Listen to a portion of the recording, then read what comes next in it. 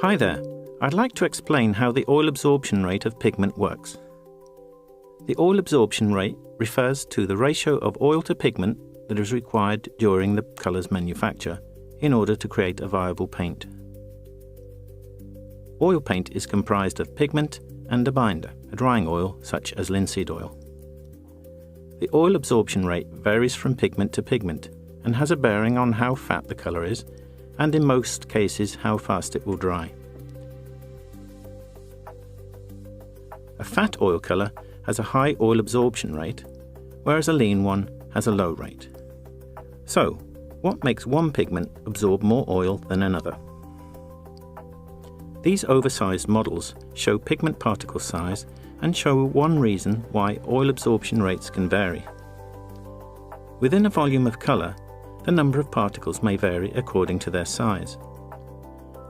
During manufacture, pigment particles need to be completely coated in oil in order to bind them to neighbouring particles and create paint. This pigment particle, which might represent, say, a cadmium red, has a large surface area to coat.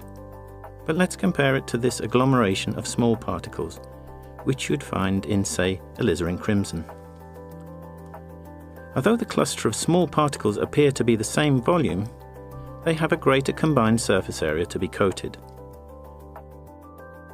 So this pigment would require more binder to create a paint.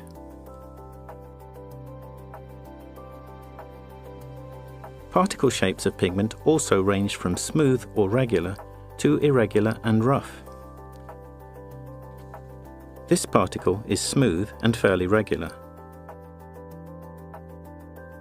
But here we have an irregular particle which, although it has a similar size, has a slightly greater surface area to coat, and so will again need a greater quantity of binder to create paint. I hope this has helped you to understand oil absorption rates.